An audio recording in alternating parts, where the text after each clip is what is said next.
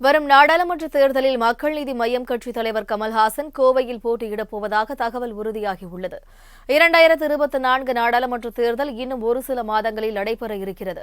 இதற்காக தமிழ்நாட்டில் உள்ள கட்சிகள் கூட்டணி பேச்சுவார்த்தை, தொகுதி பங்கீடு உள்ளிட்ட வேலைகளில் ஈடுபட்டு வருகின்றனர். இதற்கிடையில் மக்கள் நீதி மய்யம் திமுகவுடன் கூட்டணி வைத்து போட்டியிடும் என்ற எதிர்பார்ப்பு எழுந்துள்ளது.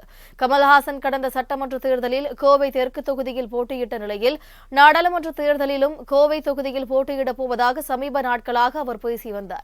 இந்த நிலையில் கமல்ஹாசன் கோயம்புத்தூர் தொகுதியில் போட்டியிட உறுதி செய்திருப்பதாக கட்சி நிர்வாகிகளுடன் நடைபெற்ற ஆலோசனையில் தகவல் வெளியாகியுள்ளது. கடந்த 2021 சட்டமன்ற தேர்தலில் கோவை தெற்கு தொகுதியில் போட்டியிட்டு தோற்ற நிலையில் மீண்டும் கோயம்புத்தூரை கமல்ஹாசன் தேர்ந்தெடுத்திருக்கிறார். மக்கள் நீதி மய்யம் கட்சித் தலைவர் கமல்ஹாசன் கோவையில் போட்டியிடும் பட்சத்தில் பலத்த போட்டி நிலவும் எனவும் எதிர்பார்க்கப்படுகிறது.